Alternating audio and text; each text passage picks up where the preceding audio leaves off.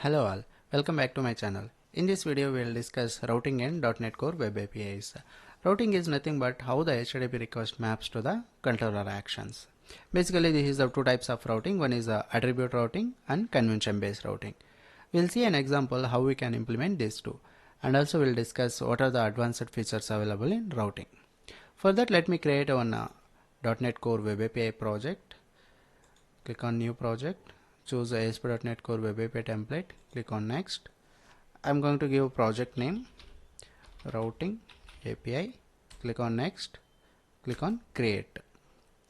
This will create one sample API project, and you can see the project is created. Let me add one controller. Under controller folder, right click, add controller, select the API, click on add. I'll give controller name as products, click on add. In this controller, let me add a two endpoint which will return get all products and get product by ID. So I will use HTTP get method, public action result get all product, and this will return product data. I am not going to write any database connectivity, so I will return from controller itself. OK off, and new, I will return string array. This will product 1 and product 2. I will return product 1 comma product 2. And I'm going to write one more endpoint which is a get, and this will get product by ID. So this endpoint will accept the input parameter ID. So I'm going to return as similar kind of like this, and here will be product ID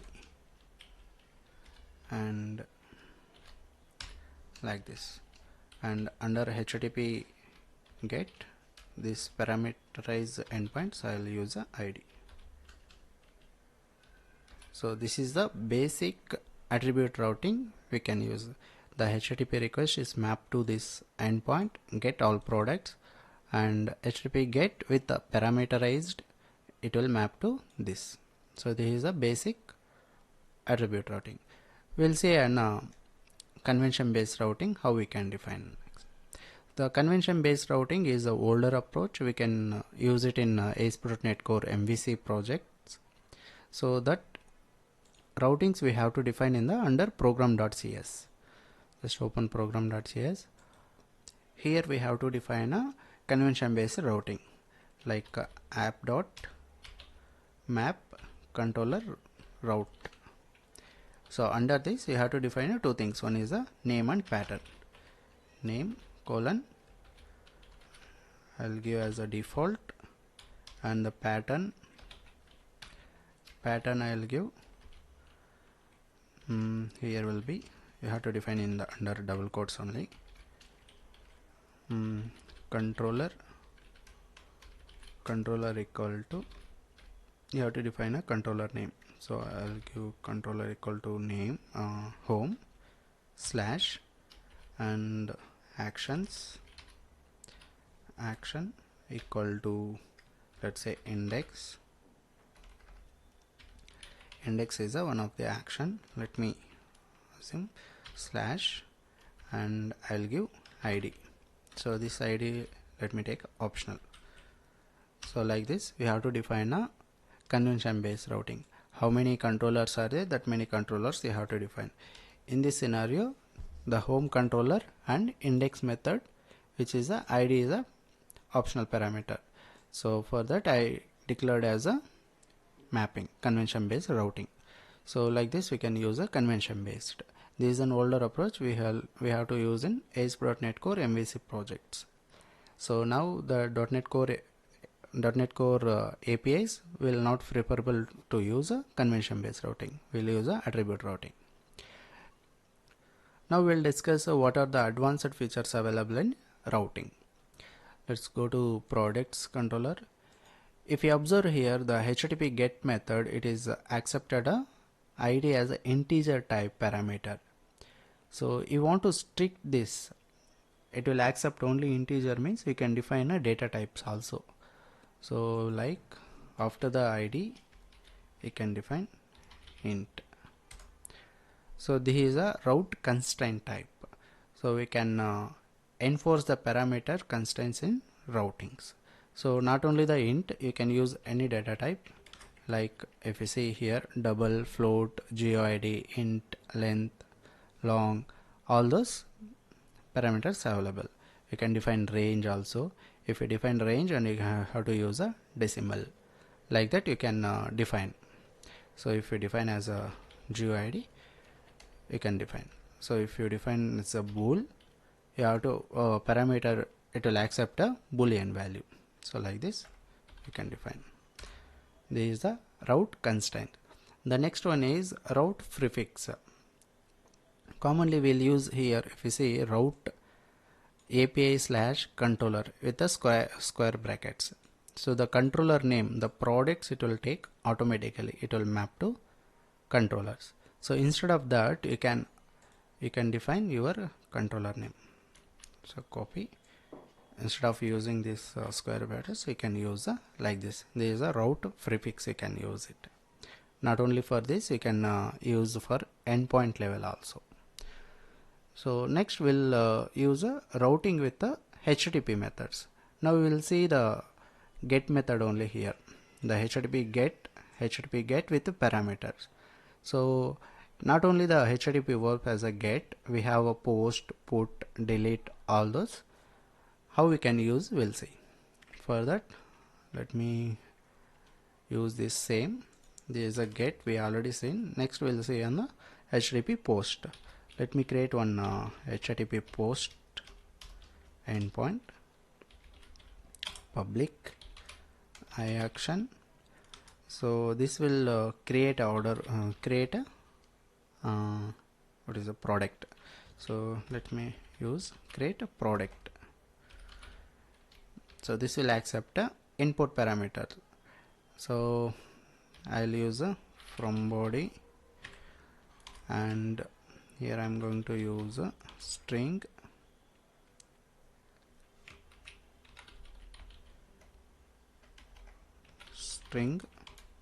product,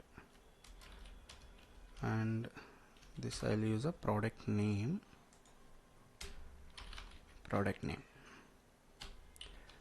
I'll return OK of dollar symbol within a quotes product, and here will be product name. Product name is created.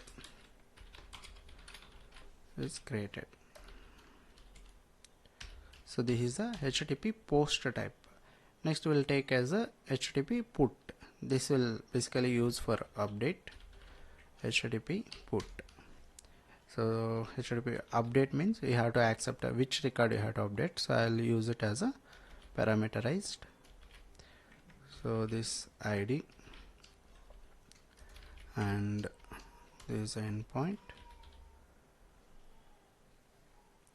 public, and action result update a product name. So the intelligence already came, so I will use the same.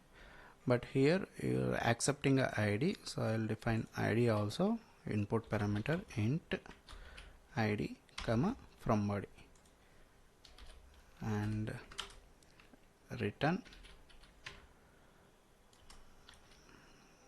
OK of dollar symbol. I'll use product, and the parameter ID is updated.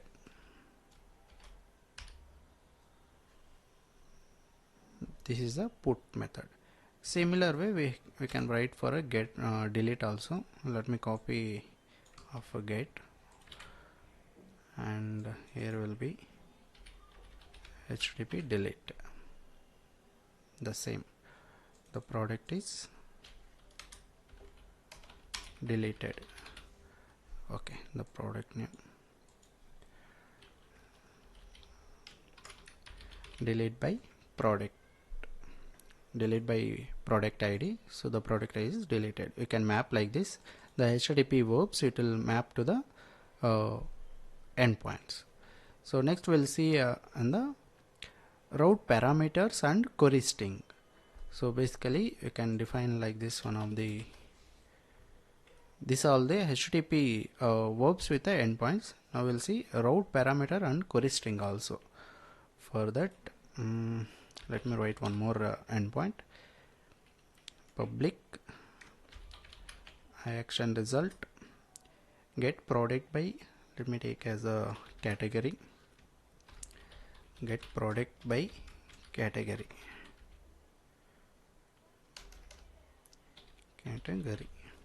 and here will be category ID or category name. I'll use it, and this I'll use a HTTP get only, HTTP get, and in the HTTP get I am going to define a routing like category slash, and here I am going to use a category ID like this, and here I will return okay of, let me return something value. So like this is a parameter with a query string, route parameter with a query string I am going to use. So next we'll use an route versioning. So this route versioning will use an older implementation only. It will support the API versions. Basically you can see here the route, you are not defining any versioning concept here. So how we can use versioning concept? We have to define a API version, API version,